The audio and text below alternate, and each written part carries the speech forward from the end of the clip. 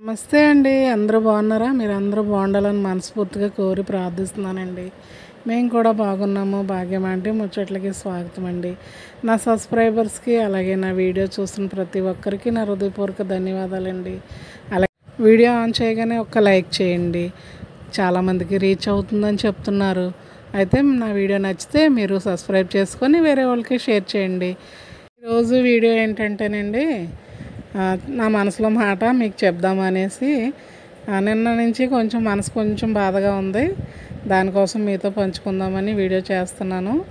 ఏంటంటే, నాకు ఒక అబ్బాయి చాలా రోజుల నుంచి మెసేజ్ పెడుతున్నాడండి. తను అంటే ఫస్టే చూస్తాడు వీడియో ఆన్ చేయగానే వీడియో చూస్తాడు. ఫస్ట్ మెసేజ్ పెట్టడానికి ట్రై చేస్తాడు. అయితే తను ఫస్ట్ మెసేజ్ పెడుతున్నాడు. నేను కూడా చాలా థ్యాంక్స్ చెప్తున్నాను. అంతవరకు బాగుంది. అయితే నా కోసం ప్రేయర్ చేయండి అని ఒకసారి పెట్టాడు. సరే, నేను మామూలు ప్రేయర్ చేయమన్నారని నేను కూడా నా ప్రార్థనలో అబ్బాయిది పేరు విజయ్ అని ఉందండి మరి ఆ ఐడిలో.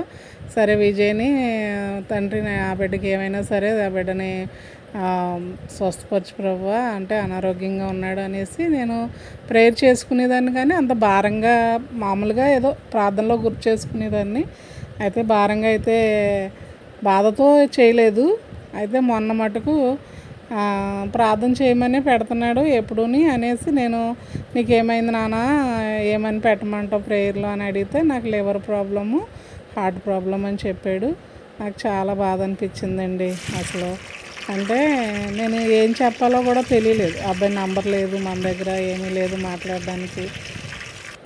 తనతో ఎలా మాట్లాడాలో నాకు తెలియలేదు. ఎందుకంటే కొంచెం నీరసం చేసిన వాళ్ళకి చాలా భయం అనిపిస్తుందండి. ఆ భయపడకుండా ఈ విషయం నేను ఈ వీడియో రూపంలో చెప్దామని. విజయ్, మరి నీ ఐడిలో అయితే విజయ్ అనే ఉంది నాన్న. నేనే చెప్తున్నాను, భయపడొద్దు, నేను ప్రార్థన చేస్తాను. అలాగే నువ్వు కూడా ప్రార్థన చేసుకో. తెల్లవారుజామున 3 గంటలకు లెగిసి.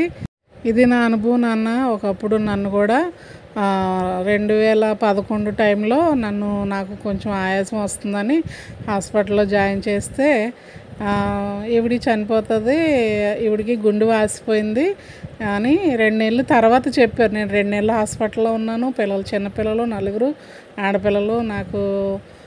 తర్వాత ఏంటంటే సపోర్టు, అంటే పెద్ద సపోర్ట్ ఏమీ లేదు. అంటే మన బంధువులు వచ్చి చూసినా ఎన్ని రోజులు చూస్తారు, ఎవరినన్నా ఒక 2-3 రోజులు లేకపోతే ఒక వారం రోజులు ఉండగలరు, కానీ మనకు నిత్యంగా ఉండలేరు. కాకపోతే ఏంటంటే నాన్న ఒక్కడే ఉండేవాడు, అమ్మ లేదు, అమ్మ అప్పటికే చనిపోయింది.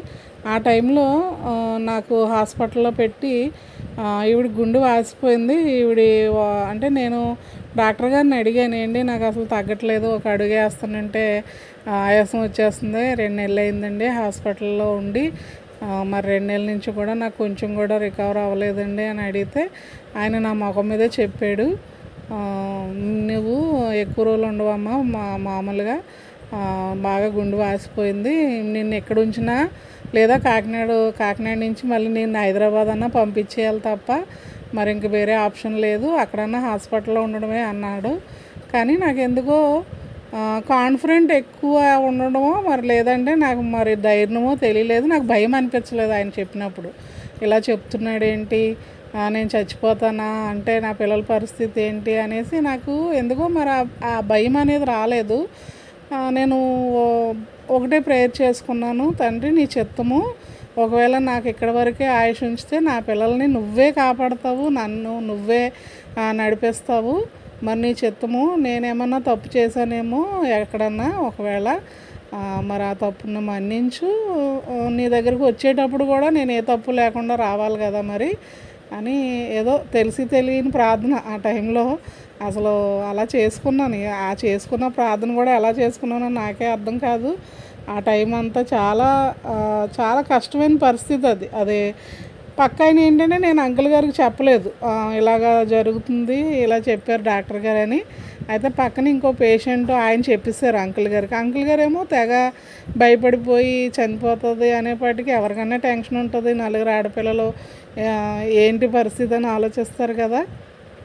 అయితే ఆయన భయపడిపోతుంటే చెప్పాను, నాకు ఏం అవ్వట్లేదు, ఒక ఆయాసం తప్ప నాకు ఏమీ అవ్వట్లేదు, నువ్వేం కంగారు పడకు, భయపడకు, ఏమవుదలే, అలాగే చెప్తారు అనేసి అన్నాను.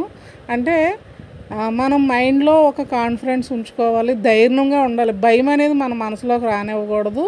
నేను నీకు అదే చెప్తున్నాను, నువ్వు భయపడొద్దు. అసలు తగ్గుతుంది చాలా. ఈ రోజుల్లో తగ్గలేని నీరసాలంటూ ఏమీ లేవు. అంటే నీ మనసుకి నువ్వు ధైర్యం తెచ్చుకుంటేనే అది తగ్గుతుంది.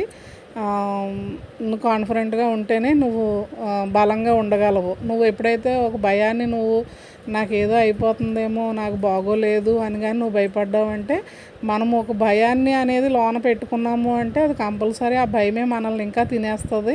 నువ్వు భయపడొద్దని చెప్పడానికి నేను ఈ వీడియో చేస్తున్నాను. విజయ్, మరి ఇంక నీ ఫోన్ నెంబర్ లేదు, నేను నీ ఫోన్ నెంబర్ కూడా అడిగాను. మరి నీతో మాట్లాడాలనిపించింది నాకు. ఎందుకో నా మనసు అంతా రాత్రి అంతా చాలా బాధగా ఉంది. ఏం పర్వాలేదులేనా, చాలామంది లివరు హార్ట్ ప్రాబ్లం ఉన్నవాళ్ళు చాలామంది రికవర్ అయిపోయి చక్కగా హాస్పిటల్ నుంచి వెళ్ళిన వాళ్ళు ఉన్నారు. అలాగే నువ్వు కూడా క్షేమంగా దేవుడు నిన్ను నడిపిస్తాడు. నువ్వు కాన్ఫిడెంట్గా ఉంటూ నువ్వు ప్రార్థన చేసుకో. తప్పనిసరిగా దేవుడు నీ కుటుంబాన్ని ఆశీర్వదిస్తాడు. ఇంక నేను ఎలా చెప్పాలో నాకు తెలియడం లేదు. అయితే నాది జరిగింది చెప్పుదాము, నేను ఒక వీడియో చేద్దాము అనేసి అనుకున్నాను కదా. అయితే అక్కడి నుంచి నేను ఫుల్ వీడియో ఒకటి నేను ప్రత్యేకంగా చేద్దాం అనుకున్నాను. కానీ ఈ రూపంలో ఇలా చెప్పాల్సి వచ్చింది నాకు జరిగిన పరిస్థితి. కానీ ఆ రోజు చనిపోతుందన్న నేను ఈ రోజు వరకు బతికే ఉన్నాను. నన్ను హాస్పిటల్ నుంచి డిశ్చార్జ్ చేసేసి ఇంకా ఆవిడ ఎన్ని రోజులు ఉంటే అన్ని రోజులు ఏం అడిగితే అది పెట్టేయండి అనేసి పంపించేశారు. అయితే అంకుల్ గారు ఏం చేశారంటే ఆ టైంలో ఆయన కొంచెం తెలివిగా రిపోర్ట్స్ అవి జెరాక్స్లు తీసుకునేవారు. బయటికి వెళ్ళి ఆ జెరాక్స్లు తీసుకొచ్చి వేరే డాక్టర్ చూపిస్తే ఈవిడ ఇంట్లో ఉండకూడదు, ఈవిడ పరిస్థితిని బట్టి ఆక్సిజన్లో ఉండాలి, ఆవిడని ఎక్కడ వదిలిన హాస్పిటల్లోనే జాయిన్ చేయండి అని చెప్పారంట. సరే ఇంకా ఆయనకి ఏం తొయ్యక వాళ్ళ ఫ్రెండ్స్ ఉంటే నన్ను వైజాగ్ తీసుకెళ్లారు. అక్కడ ట్రీట్మెంట్ చేశారు డాక్టర్స్. ట్రీట్మెంట్ చేసి ఇక్కడ పట్టుకోలేని ఆ నీరసాన్ని అక్కడ వాళ్ళు చూసి ఈవిడికి ఊపిరితిత్తుకి కన్నం పడిపోయి ఒక ఊపిరితిత్తు పని చేయట్లేదు అన్నట్టుగా. అంటే ఈ వీడియో అంతా నేను చాలా వివరంగా చేద్దాం అనుకున్నాను, నాకు ఏమైంది, ఎందువల్ల నాకు ఊపిరితిత్తుల్లో కన్నం పడింది అని. కాకపోతే ఏంటంటే ఈరోజు నాకు మనసు బాగోక నేను అబ్బాయికి ఏదో ఒకటి చెప్పాలి ధైర్యం అన్న ఉద్దేశంతో నేను ఈ చిన్న విషయాన్ని పంచుకుంటున్నాను. అయితే అక్కడ ఊపిరితిత్తుల్లో కన్నం పడిందని చెప్పడం, అక్కడిని మళ్ళీ గమ్మేయడం జరిగింది. అయితే ఇంకా ఆ రోజు నుంచి నేను ఈ రోజు వరకు కూడా కొద్దిగా నన్ను బరువు పనులు చేయొద్దు, ఏదో ఉన్నారు అన్నట్టుగా మీరు నిలబడి ఉండండి అన్నాడు. చాలా అలా దేవుడు నిలబెట్టాడు నా బిడ్డల కొరకు అనుకున్నాను. సరే అలాగా నిలబడ్డాను. అలాగే దేవుడు ఏంటంటే ఏదో ఒక రూపంలో ఏదో ఒక టైంలో మనకు కంపల్సరీ సాయం చేస్తాడు. అది మనసులో పెట్టుకొని నువ్వు ధైర్యంగా ఉండు నాన్న, ధైర్యం మట్టు కోల్పోవద్దు. దేవుడు నీ పట్ల తప్పనిసరిగా కార్యం చేస్తాడు.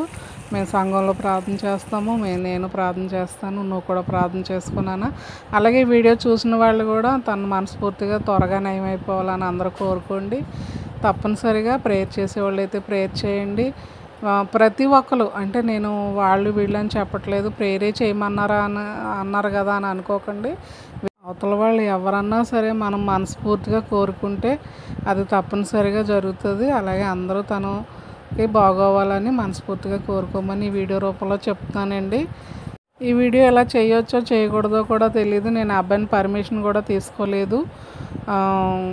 మరి ఇంకా అబ్బాయి మరి ఒకవేళ ఇలా ఎందుకు పెట్టారని అనుకుంటే దయతో బాబు నన్ను క్షమించు, ఏమనుకోవద్దు. నా మనసు బాధ అనిపించింది, నీకు ధైర్యం చెప్పాలనే ఉద్దేశంతోనే ఈ చిన్న వీడియో చేశాను. ఒకవేళ ఇలా వద్దు అని నాకు మెసేజ్ పెడితే నేను డిలీట్ చేసేస్తాను నాన్న, నువ్వేం కంగారు పడకు. సరే మరి మీ అందరికీ చెప్తున్నానండి, వీడియో చూసిన అందరికీ, విజయ్ అన్న అబ్బాయి, మరి ఐడిలో అయితే అదే పేరు ఉంది.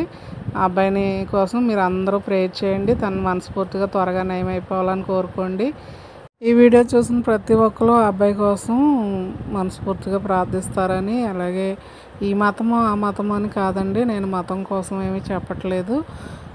ప్రతి ఒక్కరు ఎవరు మనసులో అన్నా సరే మంచిగా అబ్బాయి బాగుండాలని ప్రార్థన చేస్తే చాలండి. ఇదండి.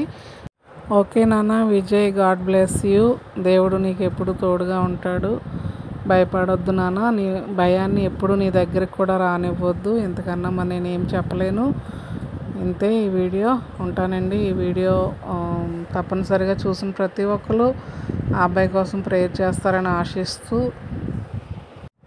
ప్రేయర్ చేయమని రిక్వెస్ట్ చేస్తున్నానండి. ఉంటానండి. బాయ్.